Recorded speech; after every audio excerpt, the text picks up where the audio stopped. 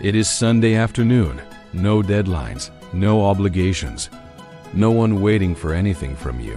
You sit down to rest, and within minutes it arrives. A quiet but persistent feeling that you should be doing something. That sitting here, doing nothing, is somehow wrong. That the relaxation you are trying to have is a luxury you have not yet earned.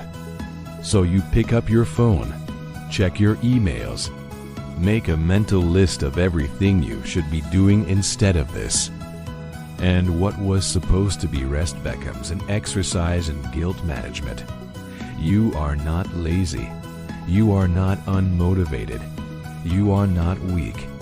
You are experiencing something that affects millions of people, something that has a name, a neurological explanation, and a very specific origin.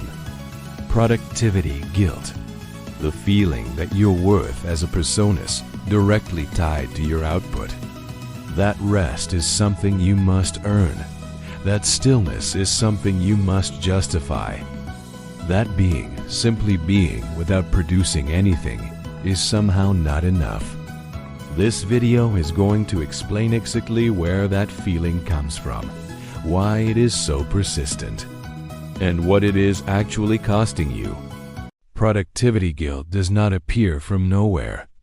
It is installed. The installation begins early. In school, your value was measured in output, grades, scores, performance, achievement. The child who worked hardest received the most praise. The child who sat quietly was told to do more. The child who rested was called lazy. From the very beginning, the message was consistent and clear. Your worth is what you produce. At home, many of us receive the same message in different packaging. Stop sitting around. Go do something useful. You could be studying right now. Idle hands are the devil's workshop. These were not cruel statements. They were often expressions of care, parents trying to prepare children for a world that rewards productivity. But the unintended consequence was a nervous system that learned rest is unsafe. Stillness requires justification. Doing nothing is the same as being nothing. And then we enter the modern world, where the messaging became not just personal but cultural, digital, and constant. Social media platforms built entirely around visible output. Hustle culture celebrating those who sleep less, work more, and sacrifice rest as evidence of ambition. Productivity apps, time trackers, morning routine optimization. The relentless public performance of being busy. The message delivered from every screen, every platform, every motivational post is the same one you learned in school. Your worth is what you produce. And somewhere between childhood and the present moment, you stopped questioning it. You simply absorbed it. And now it lives in your nervous system as a background hum, a quiet alarm that activates every time you stop. Productivity guilt is not just personal. It is cultural, historical, centuries old. In the early 1900s, sociologist Max Weber identified what he called the Protestant Work Ethic, the deeply embedded cultural belief originating in Protestant Christianity that hard work, discipline, and productivity are not just virtues. They are moral obligations, signs of divine favor, evidence of good character, the foundation of a worthy life. This belief that work is inherently righteous and rest is inherently suspect did not stay in churches. It spread into schools, into workplaces, into families, into the cultural idea of entire nations. And while most people in the modern world have no conscious connection to Protestant theology, they carry its core assumption in their daily psychology, that productivity is virtue, that rest is laziness, that a person who is not producing is a person who is failing. This is not a natural human state. Ancient cultures built rest into their rhythms deliberately.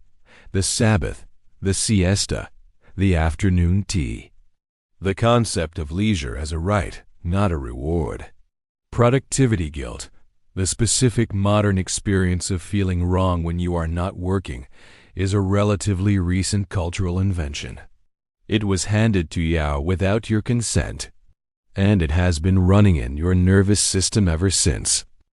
Here is what is actually happening in your brain when you try to rest and feel guilty instead. Your brain, as default mode network, the system that activation, you are not focused on a specific task, is one of the most metabolically active states your brain enters. During genuine rest, this network processes emotions, consolidates memories, generates creative connections, and performs essential psychological maintenance. Rest is not the absence of brain activity. It is a different kind of brain activity, one that is essential for mental health, creativity, and long-term cognitive function. But here is the problem. When guilt activates, when that quiet alarm sounds telling you that you should be doing something, the default mode network is interrupted. The stress response activates instead. Cortisol rises.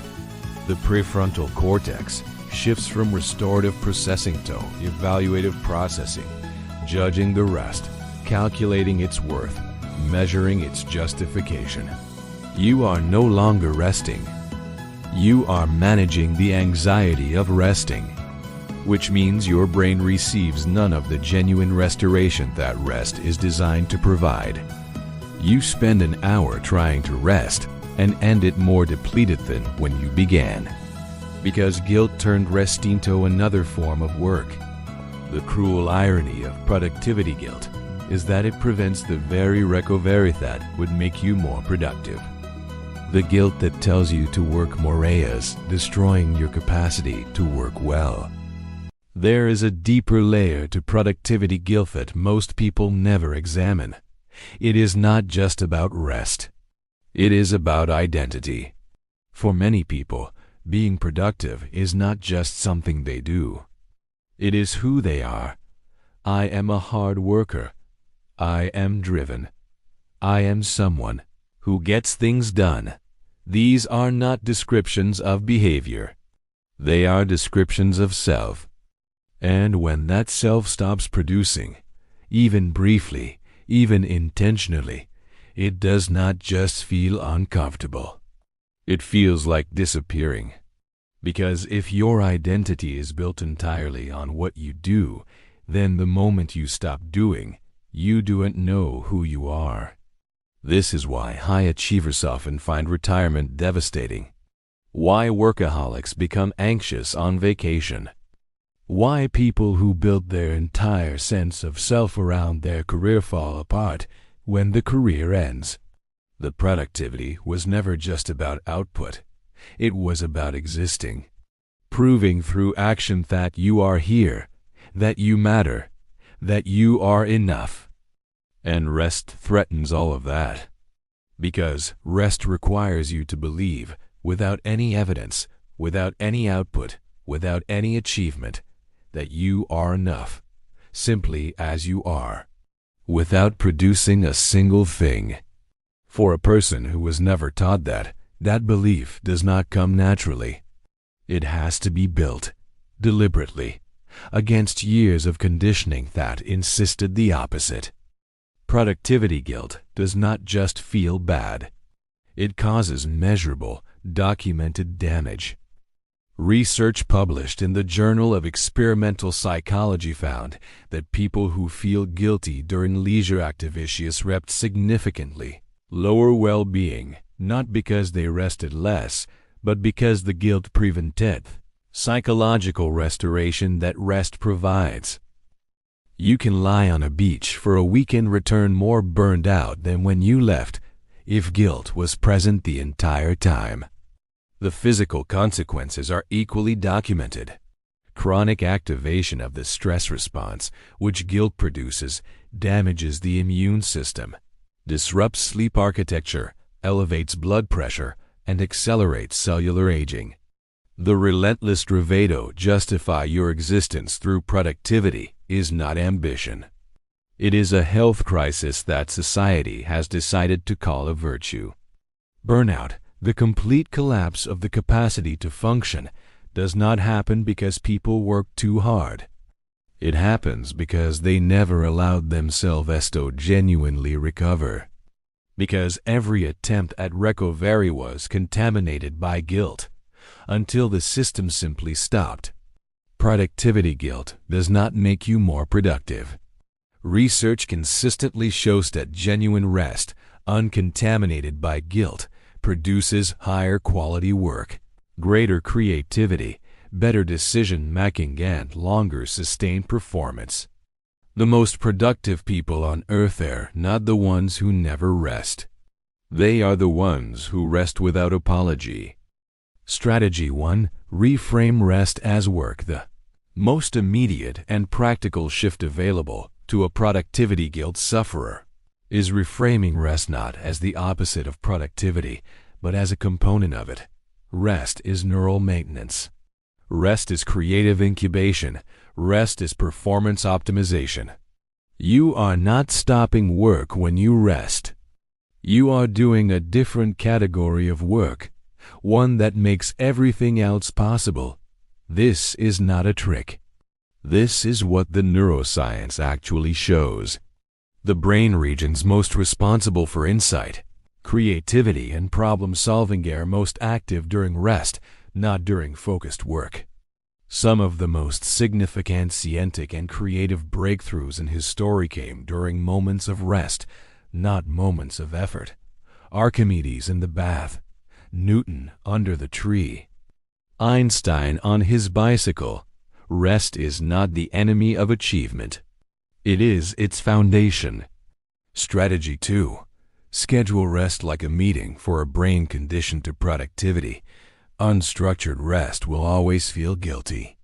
Because unstructured rest has no justification, no purpose, no output. The solution: give rest a structure. Put it in your calendar. Give it a name. Treat it with the same commitment you give to work obligations. 3 a.m. to 4 p.m. recovery. Not optional. Not earned. Scheduled. Pre-planned rest removes the moment of decision and the moment of guilt that accompanies that decision. You are not choosing rest over work. You are following your schedule. And schedules, to a productivity-conditioned brain, feel like work. Strategy 3.